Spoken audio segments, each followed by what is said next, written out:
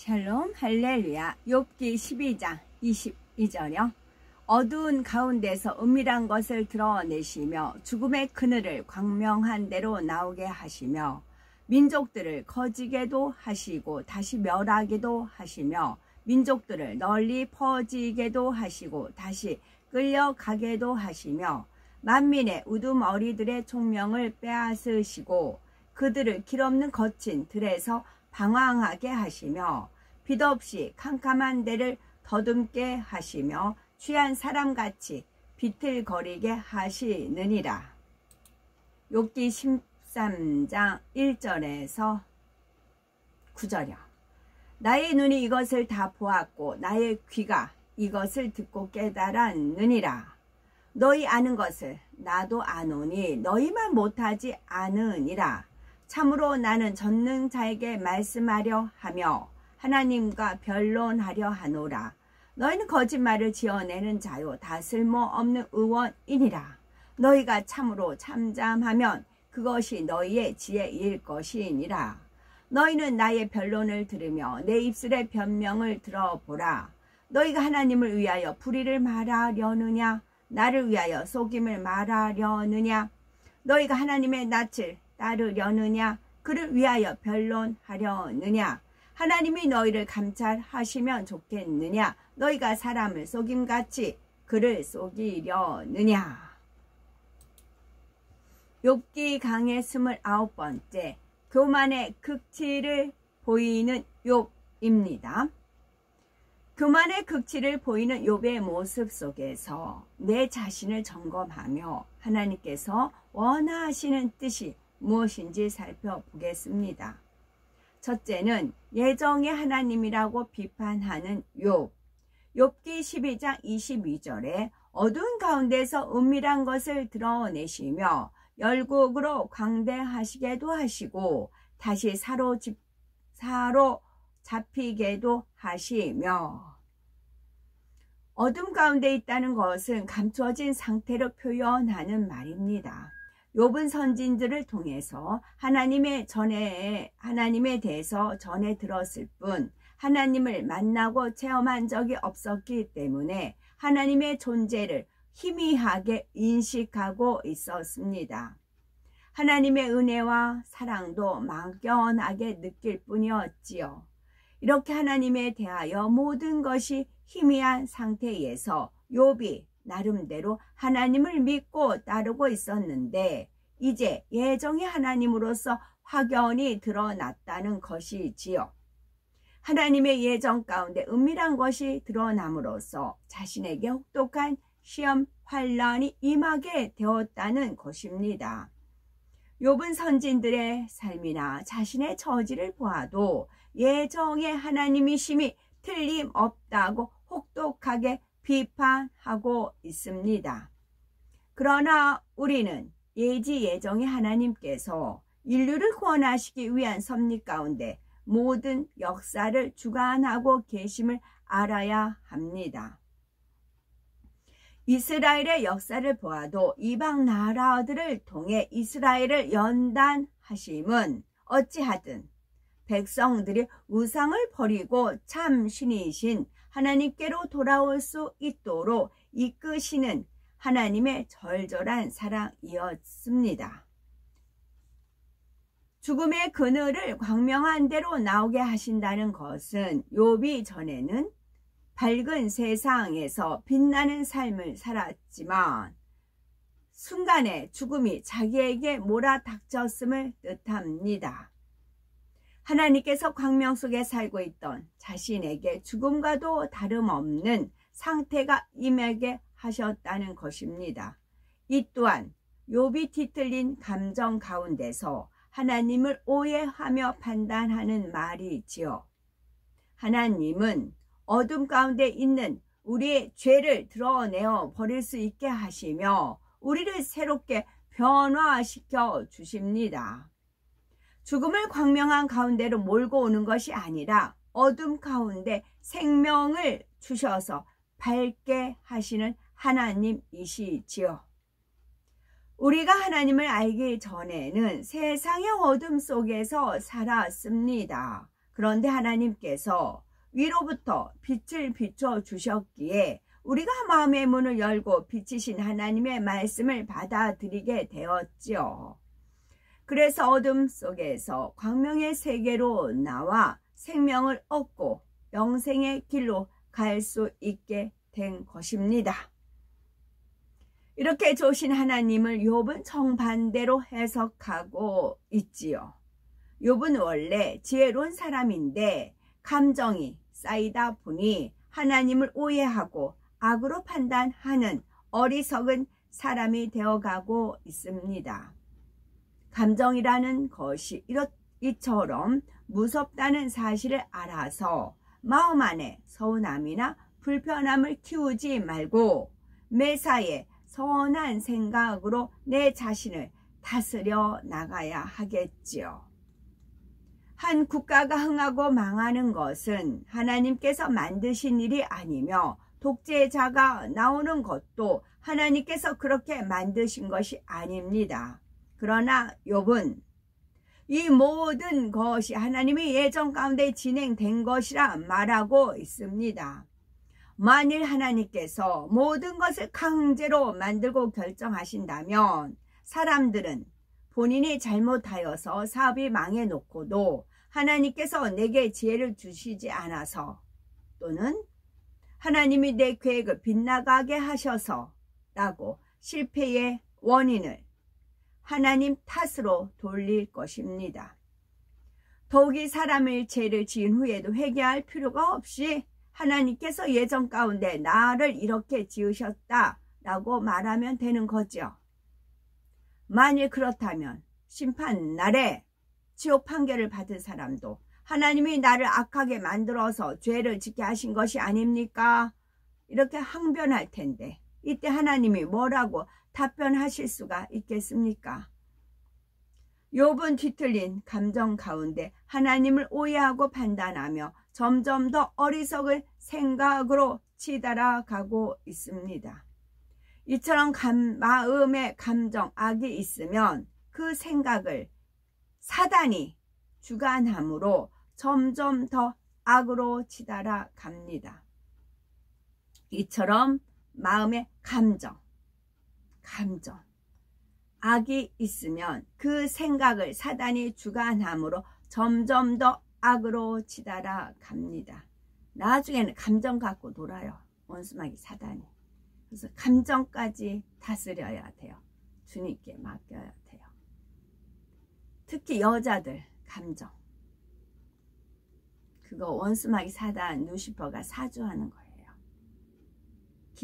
깊이 기도하시다 보면 이 감정을 원수마귀 사단이 사주하고 갖고 노는 것을 놀이객감으로 아예 본이 손아귀에서 갖고 놀아 여자들 감정을.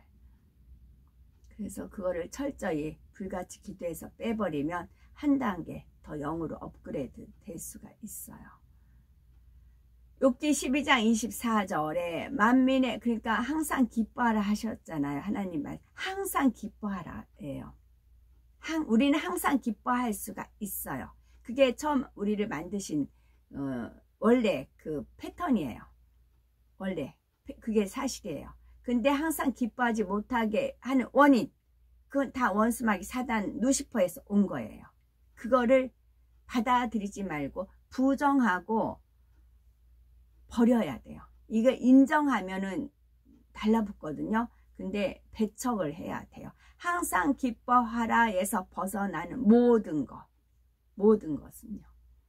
그 싸움을 제가 철저히 했기 때문에 말씀드리는 바입니다. 욥기 12장 24절 만민의 두목들의 총명을 빼앗으시고 빛 없이 캄캄한 데를 더듬게 하시며 취한 사람같이 비틀거리게 하시느니라. 특히 30대는 왕성하죠. 모든 면에서 30대 저가 30대 그런 싸움을 했죠. 하나님 은혜였어요. 하나님께서 은혜 주셔서 할 수 있는 은혜와 능력을 주셨죠. 이어서 욥기 12장 24절 만민의 두목들의 총명을 빼앗으시고 빛 없이 캄캄한 데를 더듬게 하시며 취한 사람같이 비틀거리게 하시느니라. 여기서 두목이란 단체의 우두머리, 지도자, 통치자, 장수 등을 의미합니다. 주 안에서는 주의 종이나 일꾼들이 이에 해당하지요. 어떤 조직의 머리가 되기 위해서는 총명해야 합니다. 지혜가 있어야 하고 생각하는 것이 빨라야 하고 그러면서도 사려가 깊고 매사에 신중하며 실수가 없어야 하지요. 이러한 총명이 사라진다면 두목의 자격을 잃어버리게 됩니다. 욥은 자신도 모든 자의 선생이었으나 하나님께서 총명을 빼앗아 버리니 지금은 아무것도 아닌 자가 되었음을 비유로 설명하고 있지요. 그리하여 하나님은 욥을 빚없는 캄캄한 대를, 즉 사망의 골짜기를 헤매게 하시고 또한 술 취한 사람처럼 비틀거리도록 만들어 버리셨다고 말하고 있습니다. 욥은 하나님의 전능하심과 위대하심을 인정하며 옳은 말을 하는 것 같다가 언제 그랬느냐는 듯이 정반대의 말을 합니다. 욥이 옳은 말을 할 때는 선한 사람인 것 같다가 옳지 않은 말을 주장할 때는 악한 사람처럼 보입니다. 마치 술에 취한 사람처럼 이리 비틀 저리 비틀하는 모습이지요. 아직도 자신의 상태를 깨닫지 못하고 이렇게 술 취한 사람의 비유까지 들어가면서 예정의 하나님으로, 나쁜 하나님으로 만들어가고 있습니다. 두 번째, 교만의 극치를 보이는 욥. 욥기 13장 1절. 나는 눈이 이것을 다 보았고 나의 귀가 이것을 듣고 통달하였느니라. 참으로 나는 전능자에게 말씀하려 하며 하나님과 변론하려 하노라. 나의 눈이 다 보았고 귀가 통달했다는 것은 욥이 지금까지 친구들의 말뿐만 아니라 욥 자신이 했던 모든 말들을 훤히 알고 있다는 것입니다. 욥은 교만한 마음으로 친구들에게 너희가 하는 것을 나도 알고 있고 너희만 못한 내가 아니다. 나는 너희와 상대하고 싶지 않고 전능자 하나님과 변론하려고 한다 라고 말하는 것입니다.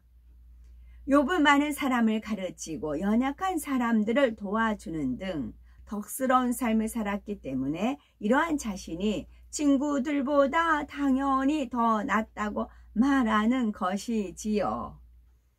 욥은 친구들의 권면을 듣지 않고 점점 더 빗나가고 있습니다. 왜냐하면 친구들이 온전함 속에서 권면하는 것이 아니라 감정 속에서 권면했기 때문입니다. 그러니 자신보다 낫지 못한 친구들을 신뢰할 수가 없었습니다. 그러나 예수님께서는 말씀대로 행하지 않으면서 말만 그럴듯하게 하는 바리새인들을 책망하신 후 제자들에게는 저희의 말하는 바는 행하고 지키되 저희 하는 행위는 본받지 말라 말씀하셨죠. 그러므로 우리는 악한 사람의 행위는 본받지 말아야 하지만 그가 하는 말이 진리라면 아멘 하고 받을 수 있는 겸손함은 이루어야 하겠습니다. 욥기 9장에서는 하나님께 부르짖는다 해도 하나님은 듣지도 않으신다고 했으며 설사 하나님이 듣고 대답하셨을지라도 자기는 믿지 않겠다고 하였습니다. 또 자신이 어떻게 하나님과 변론할 수 있겠느냐라고 했지요. 그런데 본인이 이렇게 말한 것을 잊어버리고 이제 와서는 하나님과 변론하겠다고 합니다. 왜? 욥은 말에 일관성이 없이 이랬다 저랬다 하는 것일까요? 이는 욥이 자신의 마음을 알지 못하고 입에서 나오는 대로 생각나는 대로 말하고 있기 때문입니다. 우왕좌왕하는 간사한 마음을 드러내고 있는 것입니다. 우리 주변에도 자신이 한 말을 기억하지 못하는 경우가 얼마나 많이 있습니까? 어떤 사람은 같은 내용을 가지고 어제와 오늘 전혀 다르게 말합니다. 이는 처음부터 거짓말하였거나 아니면 본인이 말한 것을 잊어버린 경우일 것입니다. 우리가 어떤 말을 할 때는 마음에서 우러나는 말을 해야 하는데 생각 속에서 나오는 대로 말하니 그 말을 기억하지 못하는 것입니다. 생각 속에서 나오는 대로 말하는 사람들은 어제 한 말도 책임지지 못합니다. 우리는 반드시 책임질 수 있는 말을 해야 하며 말을 했으면 책임질 수 있어야 합니다. 중심이 온전하여 간사함이 없고 정직하며 진실한 사람은 어제 한 말과 오늘 하는 말이 다르지 않습니다. 자신의 말은 어떠한지 그 말을 얼마나 지키고 있는지 돌아보아도 마음에 비진리를 찾을 수가 있는 것입니다. 또 하나님께서는 사람 사이에도 변론하지 말라 하셨는데 욥은 하나님과 변론하겠다고 하고 있으니 그 마음이 얼마나 강팍해져 가고 있는지 알 수가 있습니다. 욥기 13장 4절에 너희는 거짓말을 지어내는 자요 다 쓸데없는 의원이니라. 너희가 잠잠하고 잠잠하기를 원하노라. 이것이 너희의 지혜일 것이니라. 욥은 친구들을 너무나 잘 알고 있었습니다. 친구들이 거짓말을 하는 진실치 않은 사람들이었기에 그들의 말을 들으려고 하지 않았던 것이지요. 평소 친구들이 말과 행동이 다른 외식주의자임을 알고 있었던 것이죠. 만일 병을 고치는 의원이 거짓말을 한다면 어떻게 그에게 처방을 받겠으며 어떻게 그를 믿고 수술을 맡길 수 있겠습니까? 욥은 친구들이 거짓말하는 의원처럼 믿을 수 없기 때문에 그들에게 잠잠하라고 합니다. 또 그렇게 잠잠한 것이 지혜로운 것이라고 덧붙여 말하지요. 가만히 있으면 중간이나 간다라는 말이 있듯이 차라리 말하지 않고 잠잠하면 어리석은 자로 보이지 않을 거라고 말하는 것입니다. 욥은 지혜가 출중했으며 지식이 뛰어난 사람이었습니다. 게다가 교만하기까지 하니 누가 감히 욥을 상대하여 깨뜨려 줄 수 있겠습니까? 친구들의 어떤 권면도 듣지 않고 오히려 우습게 보고 있으니 욥의 교만을 누가 지적해 줄 수 있겠습니까? 하나님께서 왜 그처럼 심한 악창으로 역사하셨는지 명백히 드러나고 있는 것입니다. 만일 하나님께서 친히 역사하시지 않으신다면 욥은 결코 하나님 앞에 항복하고 나올 수가 없기 때문이지요. 만일 나보다 인정받는 사람이 권면할 때는 아멘하고 들을 수 있는데 나보다 부족한 사람이 권면할 때는 무시한다면 이는 교만하기 때문입니다. 상대의 말을 무시하지는 않았지만 속상하고 불편하다면 또 그 말에 상처를 받았다면 권면과 지적을 받지 못하는 작은 그릇입니다. 말하는 상대가 누구이든지 그의 말이 진리라면 겸손하게 받아들일 수 있어야 복된 사람이며 진정 아름다운 사람이지요. 교만한 사람은 다른 사람이 옳은 말을 해주어도 귀담아 듣지 않고 자기 주장만 합니다. 교만은 진실을 볼 수 있는 마음의 눈을 멀게 하기 때문에 스스로 속는 경우가 많지요. 옳지 않은 길로 가면서도 자신은 옳은 길로 간다고 여기고 남이 볼 때는 바르지 않은데도 자신은 잘하고 있다고 생각합니다. 그러므로 신속히 교만을 버리고 겸손한 자가 되어 하나님과 사람으로부터 칭찬과 영예를 얻는 복된 우리가 되어야 되겠습니다. 아멘.